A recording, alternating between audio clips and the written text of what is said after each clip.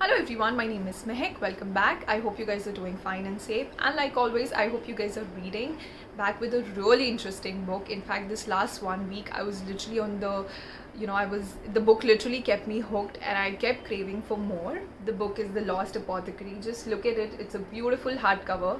It's by Sarah Penner.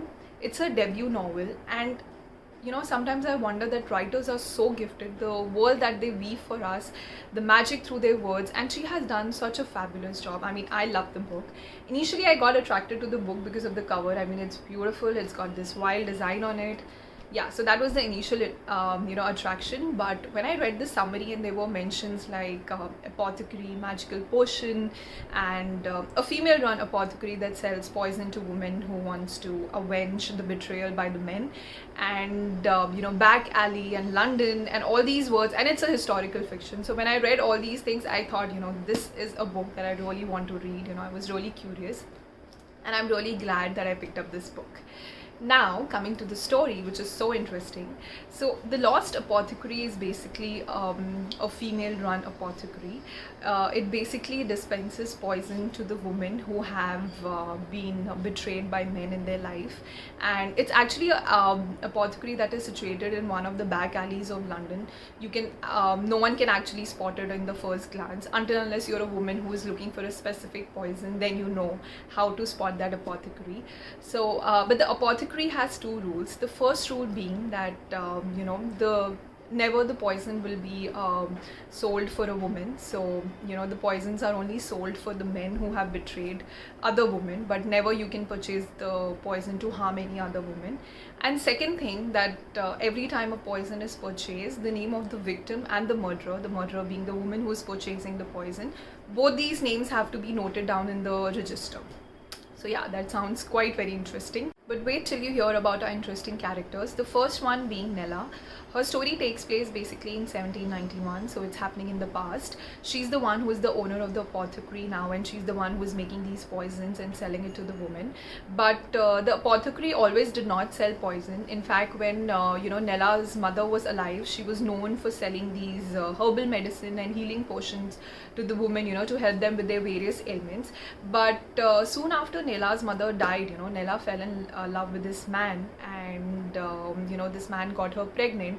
But when she got pregnant, he used the potions in her kitchen without her knowledge and killed the child in the womb. He later then cheated on her and ran away.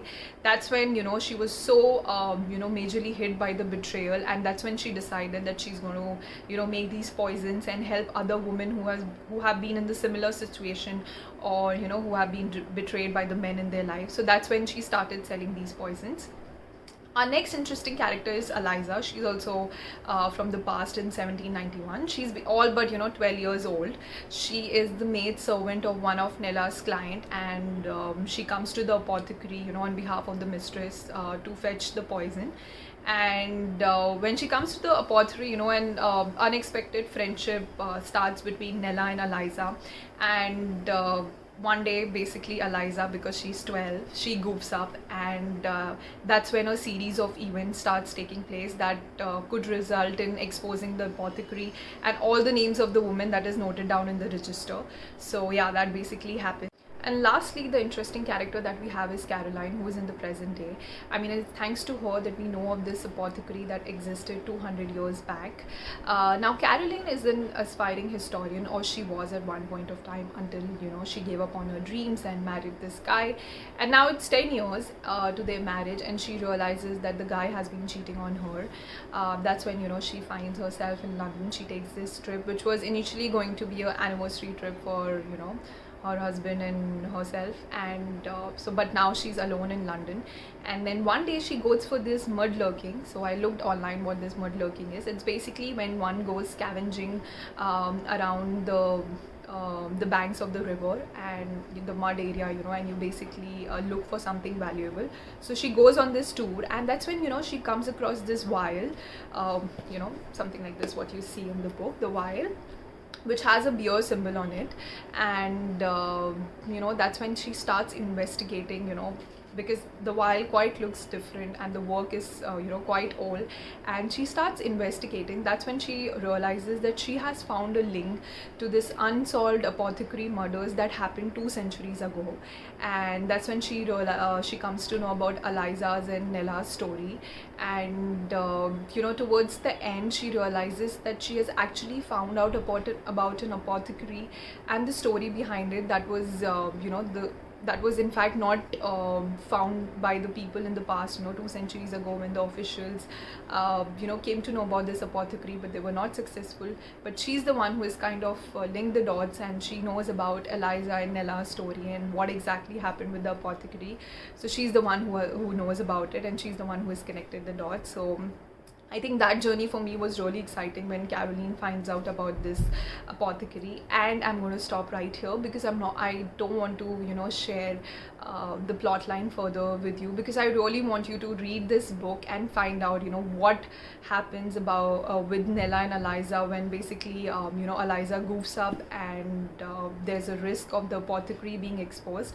So what happens with them, and how Caroline is the one, how 200 years after she's the one who connects the dots and unsolves this mystery. So I really want you to read because it was so exciting and so interesting, and that plot itself is so intense and keeps you on the edge. So yeah, that was the major story of this book. You will also be reading about Caroline's personal life. So when she's investigating and solving this mystery, she's also dealing with her personal life, wherein she realizes the difference between happiness and fulfillment. She realizes that how she's stuck in this marriage and the job that she doesn't love, and it's high time that she goes after her dreams and finds herself again. When I was actually also reading the book, there's something that also that I felt really strongly about was when I read about these victims in the past, these women who were betrayed by men. So I was just wondering that now there is an option of walking out from the relationship or going to the officials or speaking to someone. Maybe in the past those options were not available with these ladies, and that makes you wonder that what did they do of all that agony, how did they suppress it, and how did they move on with their life. So yeah, that was something that I could strongly feel about and sympathize with. So yeah, this is what the main the book is all about. The back alleys of London, the interesting characters, and like I said, a very high intense plot will literally keep you hooked. And I really hope that you pick up this book because it's so interesting. And yeah, let me know if you pick up and how did you find this story. Once again, congratulations to the author Sarah. She's done a fabulous job with the book, and I think for a few days I'm going to have high of this book because the whole traveling between past and present in London, the back alleys, the apothecaries, almost like a dark gothic atmosphere, literally kept me hooked, and I'm really going to miss this book. So yeah, that's all on this interesting book. I'm going to see you next week with another interesting title. Till then, take care and keep reading. Also stay safe. Bye bye.